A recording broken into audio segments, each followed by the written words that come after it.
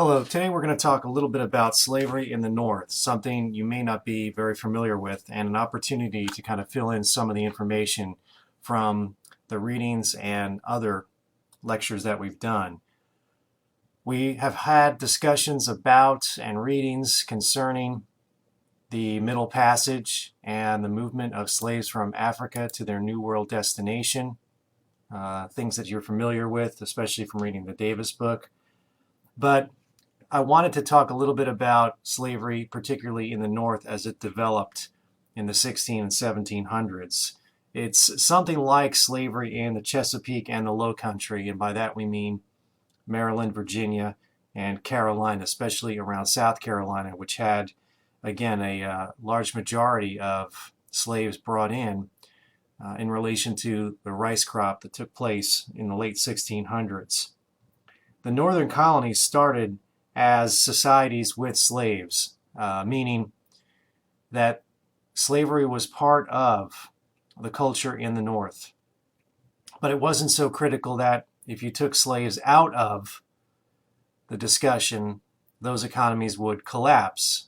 That makes the categorization of slave societies. That definitely was what happened in the area of the Carolinas and Virginia and Maryland later in the 1700s, where slavery was very critical to the development of the plantation economy.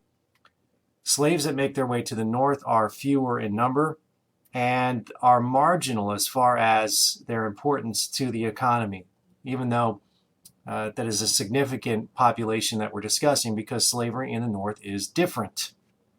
It's not a one-size-fits-all institution that we're talking about.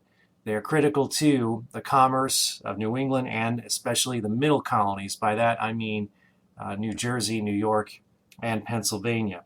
So there's some characteristics about slaves in the North. The charter generation, meaning the first generation to come to the American colonies, had a few characteristics that we can talk about. First, most of them are Creole slaves, meaning they were born probably in another part of the Americas and did not directly come from Africa, which is in some ways quite different from slaves going to the West Indies or the Caribbean, or slaves going to the South. So they may have been, and probably were, enslaved in other parts of the Americas first, before they made their way to the North. They were also in small numbers, a second characteristic, not the same proportion of the population as what happened in the American South. And of course, we don't see the development of the plantation economy in the northern colonies for a few reasons that had to do, of course, with climate and the fact that those cash crops we associate with slavery were not developed there, could not be developed there. You can't have tobacco plantations in Massachusetts or sugarcane grown in Pennsylvania. So these characteristics, Creole origins of slaves, small numbers, the lack of plantations, this shapes the life of slaves who come to North America. Few, in other words, come directly from Africa. So that's a unique characteristic. Again, we're learning more and more about this as we study it over the last 40 or 50 years. And so it's increased our knowledge of what we might call the nuances of slavery. It was different depending on what part of the colonies you were talking about. Most slaves who came to the North are taken from the Caribbean, or they arrive in small numbers from southern mainland colonies, Delaware, Maryland, North and South Carolina, and later Georgia. Some are shipped to the North as a last resort. In other words, ship captains, slavers as they were called, sell their slaves in the Caribbean and the West Indies, and then in areas of the southern American colonies. And then those that they cannot sell make their way to the North, possibly to Philadelphia, to New York, or Boston, or Providence, Rhode Island. Many of these slaves are seen as unsellable, meaning they are too old, they are sick, they had proved to be rebellious, and were seen as potential trouble and might be better suited to work in a different part of the world. So that's another characteristic that we can discuss. Northern areas, northern ports, in other words, to say this differently, are something of the last destination for slaves.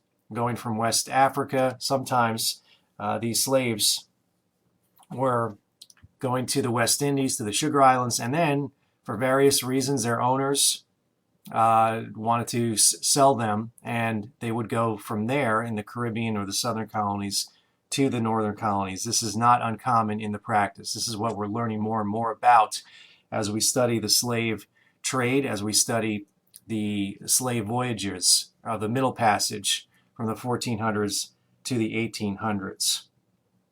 The other way the slaves are brought in to the northern colonies is that it's a trade conducted sometimes by the Atlantic pirates. Pirates work for no country, and sometimes they attack ships of their own nation. English sailors, who used to be part of the British Navy, now English pirates, sometimes will seize slaves from ships as they make their way either from Africa to the West Indies, to the Caribbean, or from the Caribbean to the American mainland, and then sell them on their own in northern ports.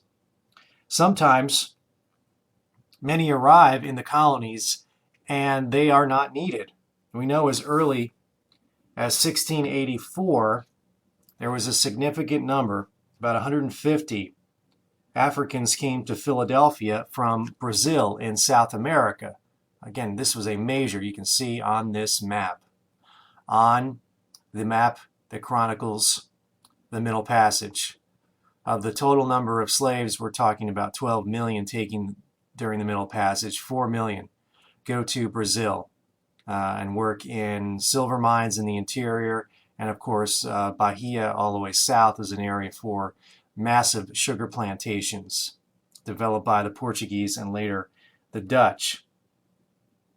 Many of these 150 or so slaves who make their way to Philadelphia, and it's not a colony that needs slave labor.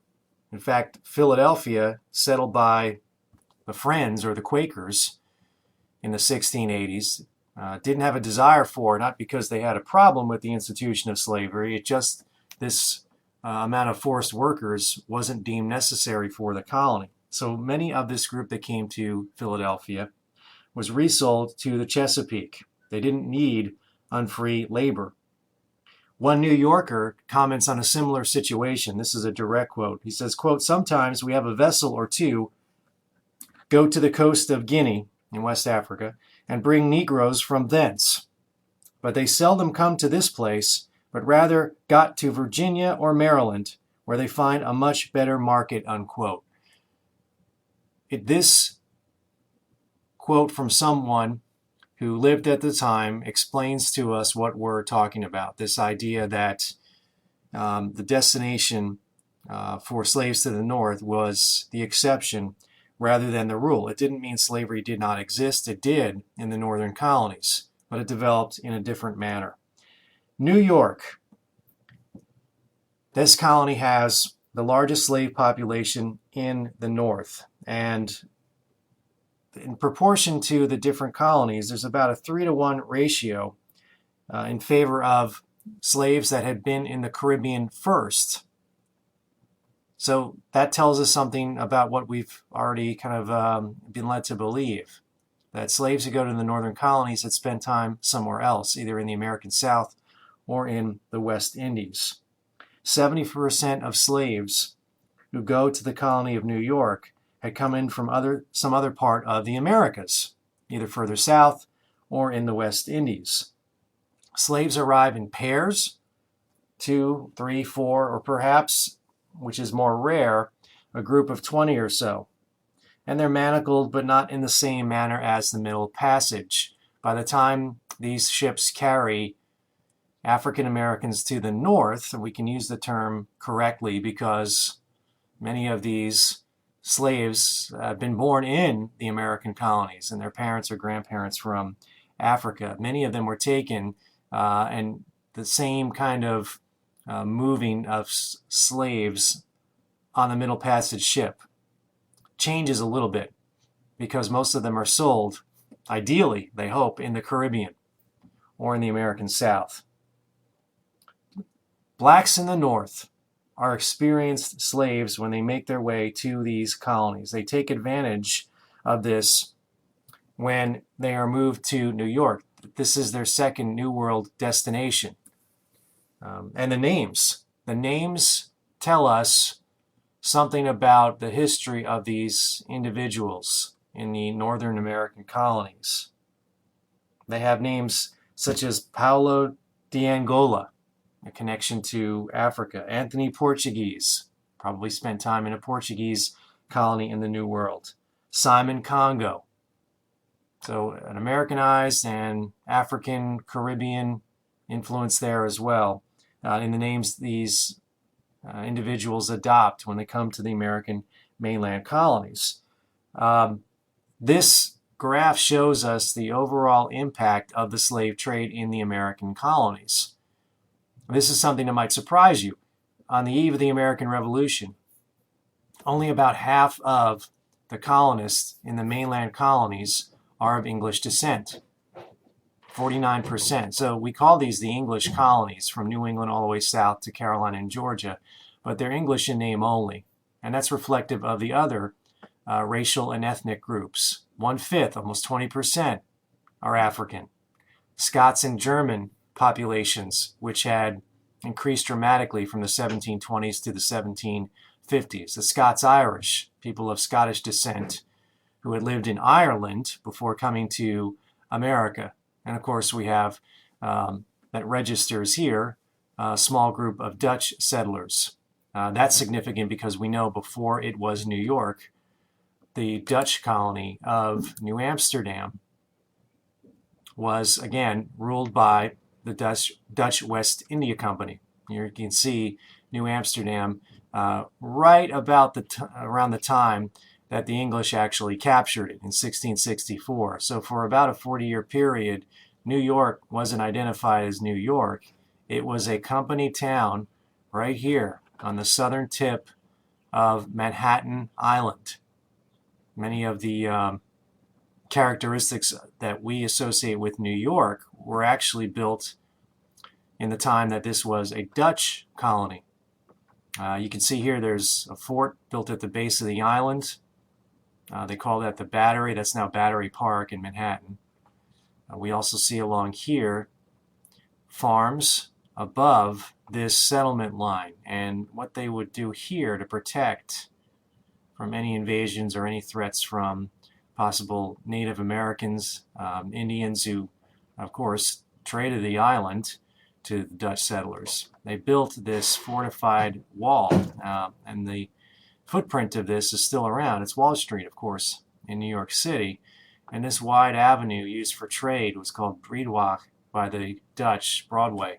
So if you've ever been to New York and know anything about the island, this island was also significant to consider a destination for slaves brought in by the Dutch West India Company during the 1624 to 1664 period. So we'll go back, and you can even see it here. I'll show you another slide. Again, an artist's rendition of the Dutch New Amsterdam. And what do we see, of course, figured prominently in this, besides the clothing at the time, the fact that it was considered to be colony bountiful. We have slaves doing manual labor in the back, in the foreground, in this description of the Dutch colony. So we have to say for those African and African Americans moving into the Dutch city of New Amsterdam, which is considered one of the most ethnically, racially cosmopolitan areas of North America. There's an old saying by someone who was traveling to the island that, I could literally identify 15, 18 different languages on this tiny island, which later becomes Manhattan. And it says something for the efforts of the Dutch to start this colony that by the time the English capture it in the 1660s, less than half the population is Dutch, and a significant part of the population is African American. Arriving in this cosmopolitan New Amsterdam is a lot like areas of West Africa that slaves may have remembered. Elmina, Luanda, or more probably accurately, Bridgetown in Jamaica, West Indies colony. And those slaves may have been sold from the West Indies and made their way north to New Amsterdam. New Amsterdam is a place for artisans. It's a place for merchants, soldiers, corporate officials. And so transatlantic Creoles, whether they be white or black, meaning they were born in one of the American colonies, often rubbed elbows with sailors, Indians, folks from other parts of Europe who traveled to this Dutch city, which they kept in their possession for about 40 years. The other understanding about slavery in its infancy in the North, from the early 1600s to the later part of that century, is that slavery is not considered to be permanent. The type of labor that takes place in northern colonies, it's not plantation, not concentrated populations of Africans and African Americans. It does not take the form of the gang labor system that happens in South Carolina, especially with the cultivation of rice and later on indigo.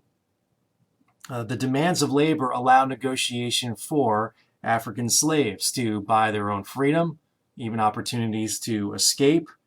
And those Creole slaves seize every opportunity they can, not surprisingly, to improve their circumstances or to get their own freedom. That's why we do see in the North slavery takes a different form than the South, and the number of free people of color, men and women who were enslaved at some point, may have even been black indentured servants, which is how slavery developed early in Virginia, take the chance to win their freedom, serve their indenture, purchase it from their owner, or simply escape. That could happen with more frequency in the North. And that is all about the way those colonies develops. And as Davis argues in his book, something that's worth considering again, it's far more than in Virginia or Maryland in its early years. New Amsterdam relied on the slave labor system. Again, Virginia and Maryland had a steady supply of indentured servants, white Englishmen and women who came over to the colony to help cultivate tobacco. As long as that number of indentured servants was available, the southern colonies, especially Virginia and Maryland, that were tied to tobacco, did not go and purchase slaves until much later in the century. From the get-go, New York did, as did other colonies in the North. Things were going well for the Dutch in Europe. People came over to Virginia and Maryland because in England their lives stunk, and they were willing to become an indentured servant for the opportunity that it afforded. In other words, take your chances, go to Virginia, mortgage part of your life for several years, and then at the end, if you lived, you would achieve your freedom. In the areas of the Netherlands, the Dutch part of Europe, the circumstances for leaving weren't as strong as in England. So that's why the Dutch relied on bringing in folks from other parts of the world, including African slaves, to their colony of New Amsterdam and their greater colony, New Netherland, which we now call, of course, New York. To populate the colony, the Dutch West India Company decided to look for colonists around the Atlantic base. So they opened up the floodgates of immigration. They made New Amsterdam what we would today call a melting pot. It didn't always melt together so well. There were conflicts. There were, again, wars with Indians on the island of New Amsterdam. But this also would have included bringing in Africans from other part of the Caribbean. The Dutch had colonies throughout the world. And so New Amsterdam is populated with German Lutherans, French Protestants called Huguenots, Sephardic Jews, English Puritans. And by 1638, just barely a decade after it had created this island town, New Amsterdam, about 100 blacks live in New Amsterdam, and they are 30% of the population. This stays steady for much of colonial New Amsterdam's life. About a third of the population is black, mostly enslaved. By the end of the 1600s, when New Amsterdam becomes New York, it has the largest black population in the northern American colonies. In other words, the rule in the early Chesapeake about slaves setting their own rules would apply here. Slaves in Virginia were treated much like indentured servants. It didn't mean the color of your skin determined that you were a slave or free man. We have evidence of indentured servants from Africa working off their time and then buying white indentures and then other black indentures and later slaves. Black men owning slaves, black men owning white indentures. So race relations were quite fluid in Virginia until the later part of the 1600s. And that would have been the rule probably in most of the history of New Amsterdam, later to become New York. Slaves sued in court and were sued in court. Men in Virginia sued because the whites who lived around him tried to get his land and his slaves. It didn't work. They sided with him. African and African Americans in New Amsterdam drilled in the militia. They adopted the Christian religion. They married and were legally recognized married. And so like the Chesapeake, northern slaves were also able to engage in their own economic opportunity and activity apart from their owner, given either a half-day Saturday, the full-day Sunday off. Remember, in New York, this is 1/3 of the population. One Anglican missionary was in New York and observed this. He said, quote, "One day in a week to clear ground and plant it, to subsist themselves and families, to free themselves from trouble and charge of feeding and clothing their slaves," unquote. This is usually on Sunday. The owners gave them one day on their own. This allows for what we would call a small economy on trade based on what slaves could produce when they weren't working for their owners. They were sometimes hired out by other colonists. So they could either grow their own items to be sold, or their owner might let them hire themselves out. Now, what the owner did with the wages that the slave earned was up to the owner. He could let him or her keep them, or he could confiscate those wages. The demands of northern agriculture, where we don't see, you can see the farms of New Amsterdam. These aren't widespread plantations. You actually have a pretty concentrated population, not spread out like Virginia, where farms are miles apart sometimes because of the tobacco fields that kind of dominate the development of that colony. Women typically do domestic jobs in New Amsterdam and later Philadelphia and Boston, cooking, cleaning, spinning, sewing. It means that companionship among African Americans is quite easily within their reach, unlike the areas of the South, where plantations are much more regulated. Slaves need passes by the end of the 1600s to travel. If you are a free man of color in Virginia by 1700, and you have to have some kind of papers to identify you as such so that someone does not mistake you for a slave. Rural slaves were able to travel to markets in areas like New Amsterdam, Philadelphia, and sell their produce, visit friends, visit their family. This interaction is helped by owners who shuffle slaves between the city and the country. So farms that are not only north of the city, but in greater New York along the Hudson River. Small farms where slaves work. They don't work at plantations, so sometimes their owners take them to cities, which are markets, and these cities are small. And they're not large by our own scale. We're talking 3, 4, 5,000 during much of the colonial period. So this urban-rural boundary of slave ownership, in fact, keeps it relatively weak as an institution and continues to dictate that these areas are societies with slaves, not slave societies, as what took place in the South. What is true in the countryside also happens in urban areas, meaning the cities. There are concentrated numbers of slaves, especially in the urban areas. 20 to 25% of slaves in New York work in the city. That means the rest of them spread out within the greater colony of New Netherland.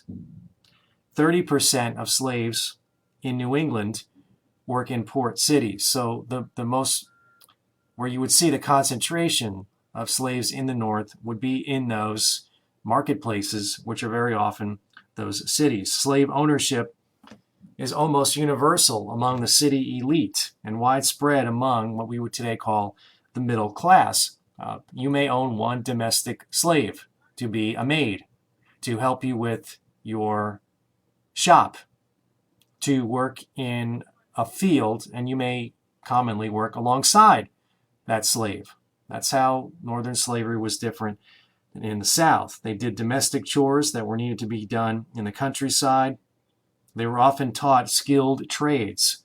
Wharves, docks. Look at this slide. This is New Amsterdam. Much like Boston, a lot of the population worked in the sea trade. And there were a host of different professions associated with shipping and sailing. There were rope walks, there were shipyards, there were sail factories. Everything that you need to support a maritime trade, slaves would have been working in. And even, especially those that were slaves, learned a certain trade, would continue to employ it if they purchased their freedom or were granted it by their owner. That's why we have a significant number of skilled people, free people of color, working in the northern colonies. There's something else that develops, which is unique in the northern cities: the close proximity of African Americans to European Americans, to Creoles from other parts of the world, allow them to get a glimpse in the owner's world. Slaves learn as they work. They're apprentices, they're servants, they're journeymen, and slaves often rub elbows with white men and women in public places, which really wasn't the rule as much in the South, where cities simply don't develop. What is the southern city? Well, there really isn't. You get Charlestown, Charleston, South Carolina, but that develops only after 1670. We have several northern cities by 1700, barely one in the South. Got New York, Boston, Philadelphia. Sailors from abroad would bring news to both white and black in the city. Many of these sailors were African or African American. And so it's a world that exists at taverns, gaming rooms, cockfights, where white and black interact. This is very much different than what was happening in the South. The divide in the early North is also unique, and this is a phenomenon that historians have talked about. They said that color wasn't a dividing line as much as the difference between free and unfree.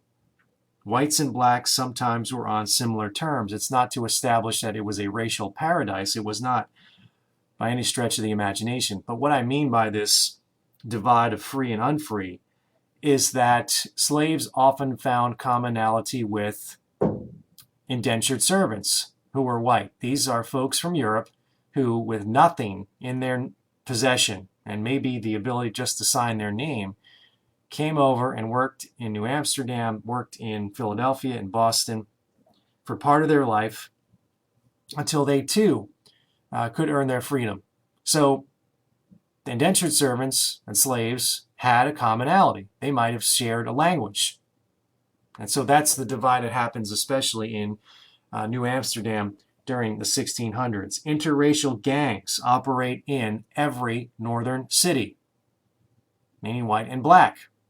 It's kind of a criminal underground, and it's not divided by color. It's divided by the fact that they had a commonality, in fact, that someone else owned them, either for life, if that was defined that way as in the case of the slave, or temporarily as the case of an indentured servant. They often work in pubs, dram shops, groceries, gambling areas, brothels, and they had an alliance in the different races.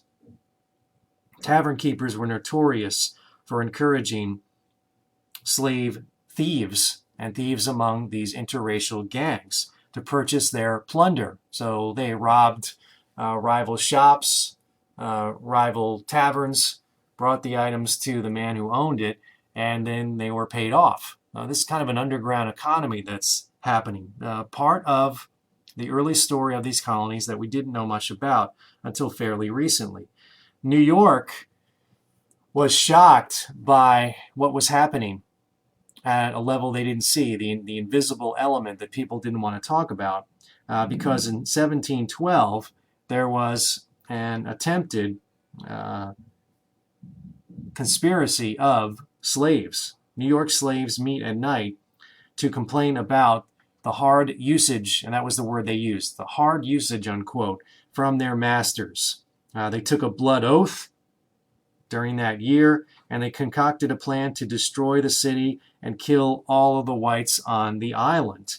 They got 25 to 50 followers, and they met in April of 1712, carrying guns, knives, hatchets, set fire to one of the buildings in Manhattan, which of course was the greatest fear among anyone in a colonial city. Most of these areas were made of wooden buildings, and fire could very quickly destroy a city.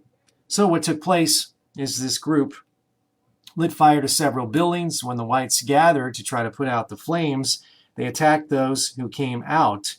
One slave was stabbed by his owner, who identified him there.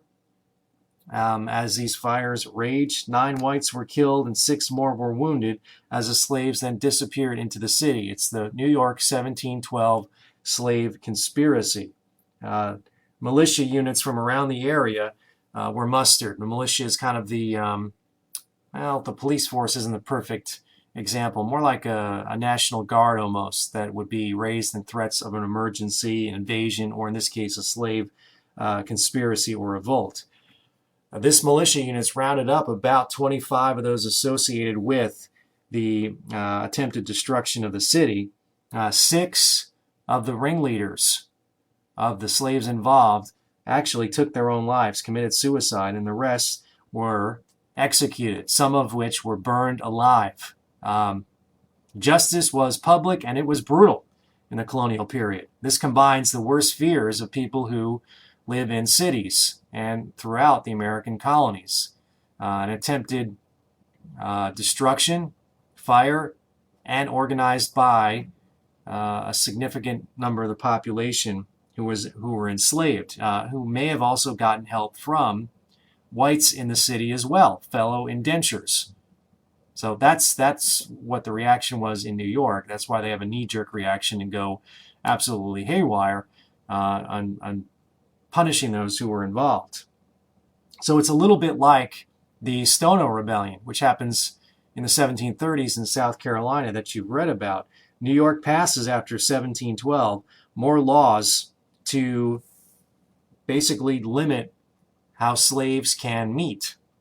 No more than 3 can meet, because the idea is, well, if we have a group of slaves meeting in some kind of organized format, they're obviously planning how to kill all of us, which wasn't true. Some of these could be religious meetings, but it didn't really matter. The perception mattered to those running the colony of New York. Masters were given more ability to punish slaves as they saw fit, as long as their life wasn't ended or they weren't beaten to literally an inch of their life. So the rules changed for keeping the slave system in check. The liberality, you might call it, of the slave system compared to those in the South was changed. And some people said we had brought this on ourselves by allowing the kind of free economic movement of slaves in our city. Slaves who handled firearms were beaten and whipped. Once upon a time, I said earlier in this discussion, that slaves were encouraged to join militia. They were necessary for the protection of these northern cities. Not anymore, not after this 1712 rebellion. Gambling was now punishable by fine because gambling meant you had groups of white and black meeting, and among other things, they were talking about how rough their life was, whites as indentures, even as apprentices who were going to learn a trade, but sometimes the person teaching them that trade was a pretty cruel individual by their standards. So they would come together and really complain about this stuff, white and black, and from that, people thought came the 1712 attempted rebellion. It didn't work, by the way, these regulations, because in 1741, a more serious slave revolt rocked New York to its very core. We associate slave rebellions with the Caribbean and the South, not surprisingly. Higher concentrations of populations of slaves. Not necessarily the case. The Dutch had tried during the time when they ran the colony of New York to barrack slaves in common quarters. It didn't work. Maybe they could establish work details, but it just didn't turn out to be a successful plan. One Dutch observer on Lower Manhattan said, quote, "Upon both sides of this way were many habitations of Negroes, mulattoes, and whites. These Negroes were formerly the proper slaves of the company, but in consequence of the frequent changes and conquests of the country, they have obtained their freedom and settled themselves down where they have thought proper," unquote. This is a quote from the colonial period about someone observing how slaves earned their freedom and made up a significant population of free people of color. Slaves, even after the island becomes New York in the 1660s, were allowed to own their own property and barter, and it makes them a significant supplier of some of these garden crops, such as corn, such as wheat, provisions for the citywide market.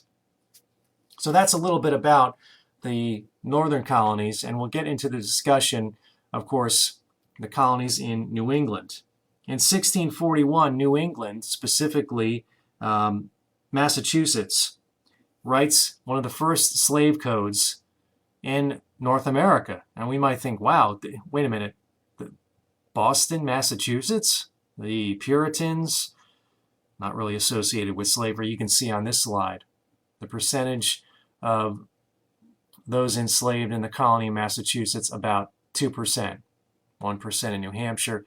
You can see New York has probably the highest in the northern colonies, but it's right up there with New Jersey.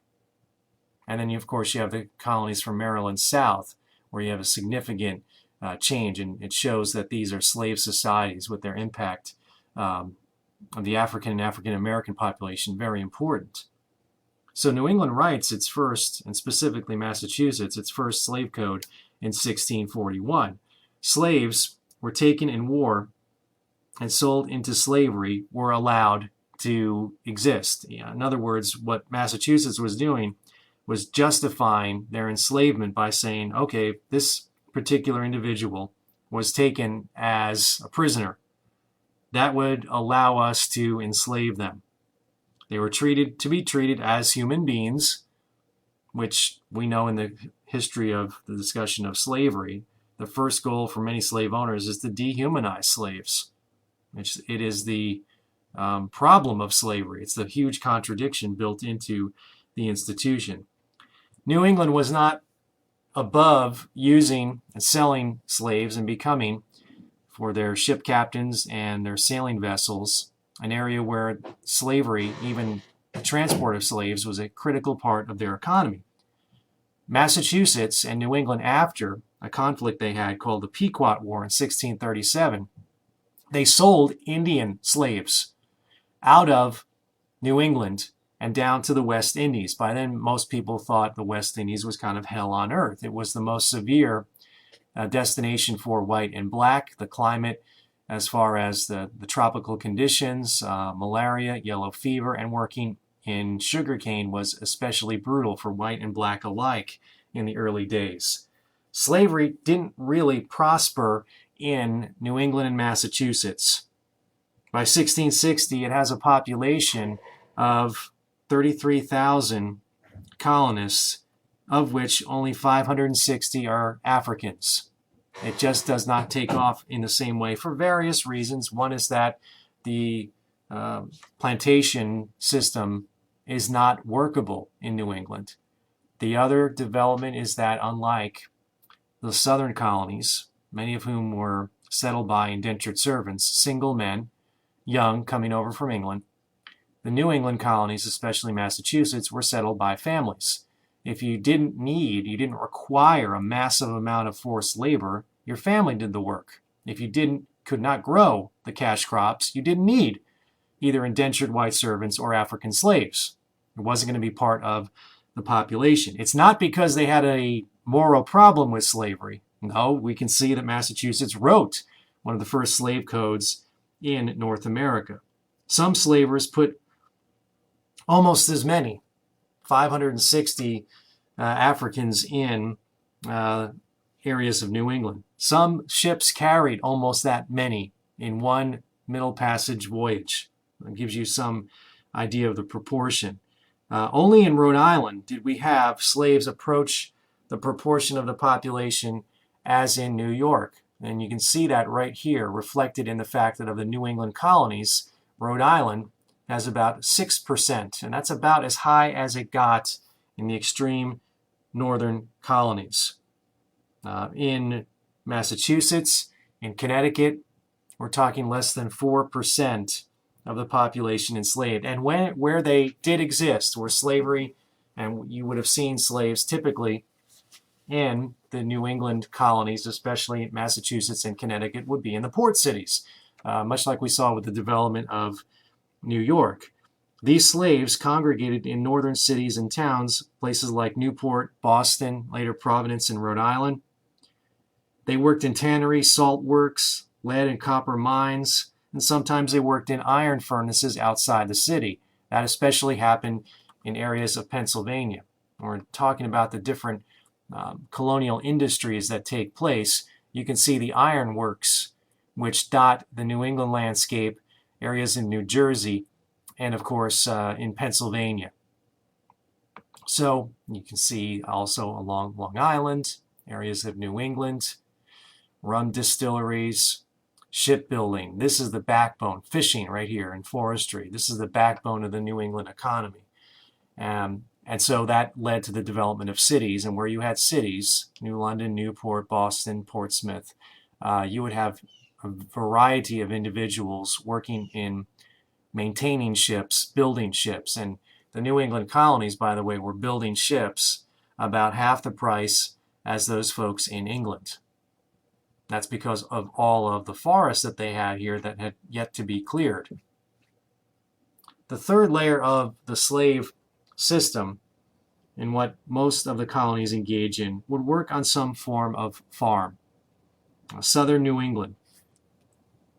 By this we're talking about areas outside of Boston, rural Massachusetts, western Connecticut, the Hudson River Valley. Just to orient you with this map, New York, here is the tiny Dutch island city of New Amsterdam. It becomes New York in the 1660s. Along here we have the Hudson River. This is where the Dutch were developing the two areas of their colony. On the Hudson River from Fort Orange, later to become Albany, all the way along here. They gave out all this land to folks from Europe to try to populate that region. And that's where you would see a lot of large farms, the areas of New Jersey, and of course eastern Pennsylvania. They call this later on the breadbasket of the American colonies. You don't have, again, here are the tobacco, rice, indigo, cash crops. In the north, it's a little bit different. Cattle and grain, you can see in the green color. So this dictates what kind of economies that developed in the northern areas as opposed to the south. In spite of the best efforts of Northerners to replicate the great planters, it never really happened in the North. But there are a few exceptions. Rural slaves live on farms around the Hudson River, in southern New Hampshire, in central New Jersey. Monmouth County has a significant number, right in the middle of the state here, significant number of slaves that people would see and identify. So that kind of is how it developed in that part of North America. It's very rare to see a large manor home like that in the South, although some tried it. There were instances of some owners in New York, for example, owning 20 to 30 slaves to work on a large grant of land along the Hudson River Valley. But that was an exception. It really didn't develop that way. And so in slack times, when there was not a lot of need for concentrated work, slaves often were given different tasks, multiple tasks on farms: manure the land, chop wood, break flax, press cider, fix fences. You had to be a jack of all trades, in other words. They were also given tasks of moving produce and crop yields, either by wagon or by boat. This allows rural slaves to have interaction with urban slaves in these city settings, and there were more of them in the North. Slaves could be expected to work in a field on Monday, in a shop on Tuesday, smithing horses, tanning leather, making bricks. And Wednesday they would be the same individual, a pilot on a boat or on a river to go to market, or to be given in that opportunity to take their owner's wares into the city, give a message to someone on horseback. And that's slavery as it developed in the North as opposed to the South. There is more evidence of how Northern slavery was very different. The dwellings that remain show the system of slavery distinct from that of the South.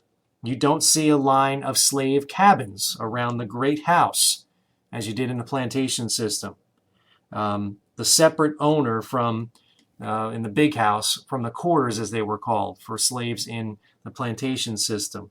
Like most rural workers, slave farmhands are pretty much reduced to invisibility. They might be quartered in outbuildings, so a distinct area for slaves to live in the back of the plantation. That didn't really happen as much in the North. They would be placed in back rooms, closets, outbuildings, lofts. They did not have a distinct dwelling, and that was especially the case in the cities.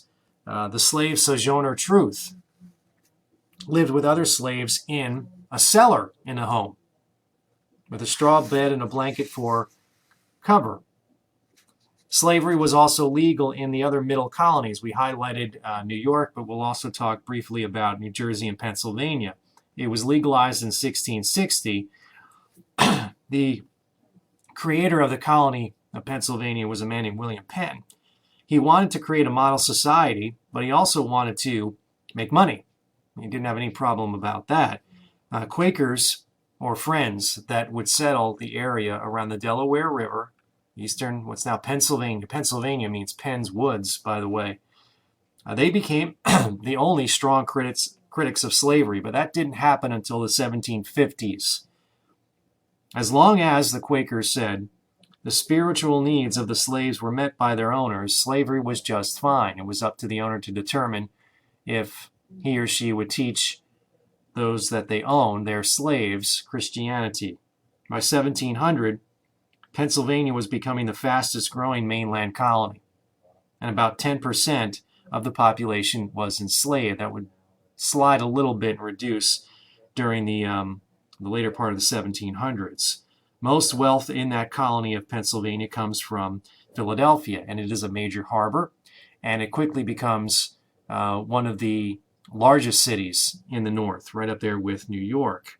Quaker merchants, those who had founded the colony, were active in the slave trade, many of whom stop in Pennsylvania and go to the South.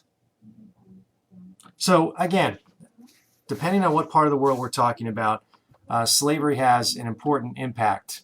And we see this happen in the case of the South, which got a lot of background with the book, the Davis book, reading about the Equiano narrative as well. But we also need to highlight how this was a colony-wide institution in the 16 and 1700s, but it developed some unique characteristics, whether we're talking about the North or South. So that's what I wanted you to take away from this discussion.